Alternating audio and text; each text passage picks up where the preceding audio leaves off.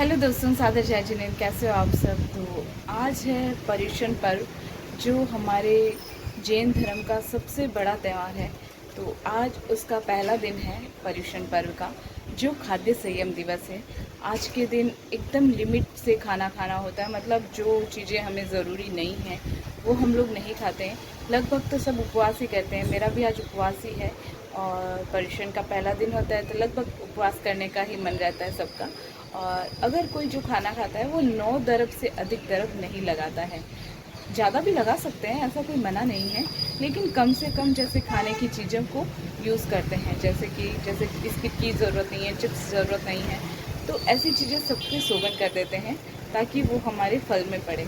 तो अब मैंने टिफ़िन वगैरह बना दिया है, खाना नाश्ता सबका हो चुका है। अब मैं जा रही हूँ महाराज के सुबह का प्रवचन सुनने के लिए। आर्यन और आर्यन के पापा का नाश्ता और टिफ़िन बना दिया है, मुस्कान को भी नाश्ता करवा दिया है। तो अब मैं जा रही हूँ प्रवचन सुनने, तो आप लोग भी मेरे साथ चलिए।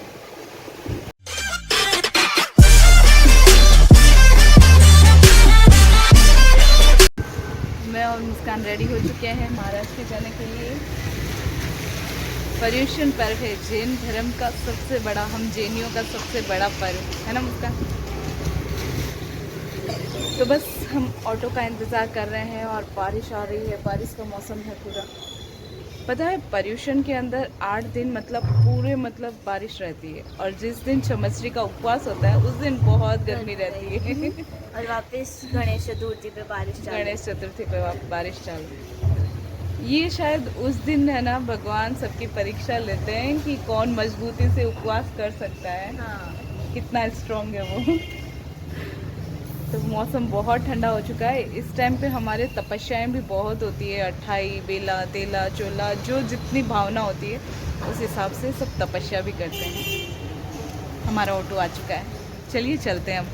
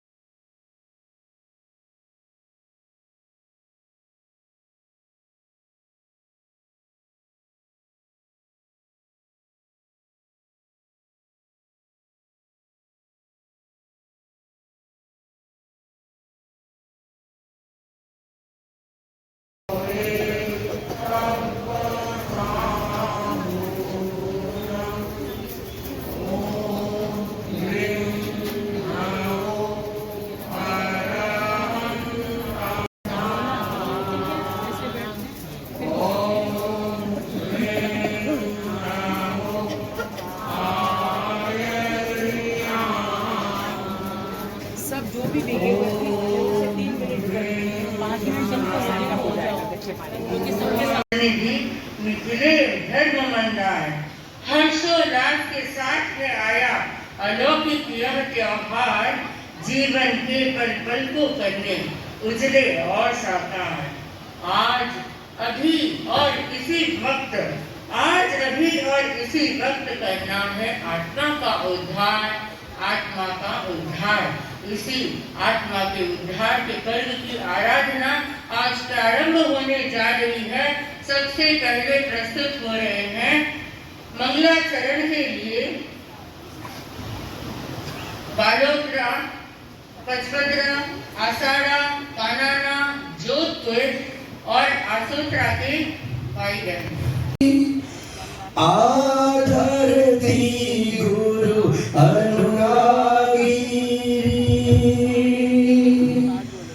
महाभक्ति हर दिल में बोले,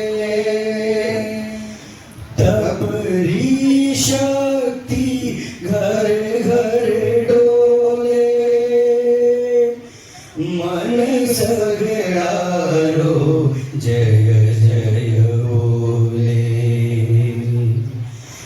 शिवांची मालाणी छोटो 200 क्षेत्र ओ पावरफुल इतिहास बड़ा ही दिखलावे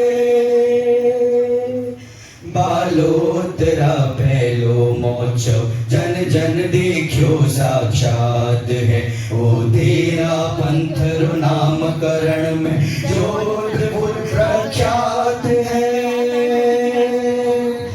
आषाढ़ा एक रंगो गांव पचपदरा में समाधि स्थान आसोतरा में विश्व प्रसिद्ध ब्रह्मा जीरो मंदिर महान शीतला माता जीरो मेलो काना नारी कीरत साची थे मलुहर राधो दम ही जीती है बाजी आयो पर्यूषण आयो पर्यूषण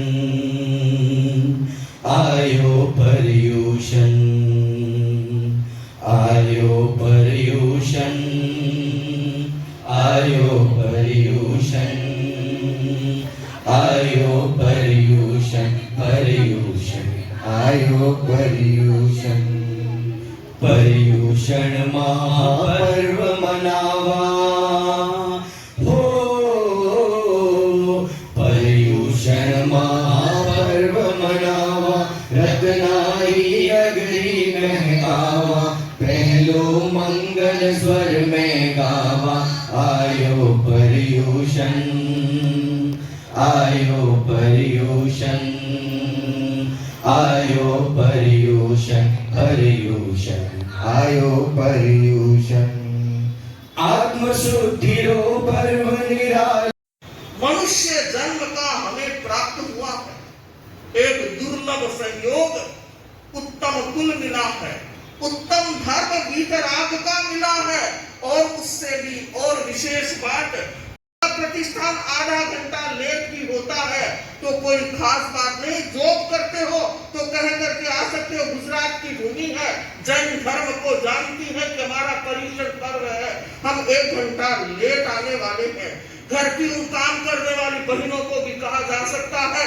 आगे पीछे सेट किया जा सकता है तो भाई बहन विशेष ध्यान देना ये वह दिन तो पूरा का पूरा हमारे नाम समर्पित होना चाहिए सुबह से लेकर शाम तक मैं चाहूंगी यह परिषद जो बैठी हुई है सुबह 6 बजे अष्टप्रहरी पोषण में आ जाए अष्टप्रहरी पोषण करना कोई विशेष काम हो तो 6 प्रहरी पोषण करना 4 प्रहरी पोषण करना बिना पोषण के नहीं रहना और एक ऐतिहासिक रिकॉर्ड बना देना कि सूरत के सब लोग सुबह से क्या सुन रहे हैं पोषण में प्रवचन सुन रहे हैं यह अवसर है जाने का तो समय होता ही है उठते ही हो किंतु यह पर्यूषण का समय ऐसा है जहां आपको बैठना है तो मैंने विशेष प्रेरणा दी है अत्यंत कोई विशेष आवश्यक कार्य के बिना मंगल पाठ सुने बिना न जाए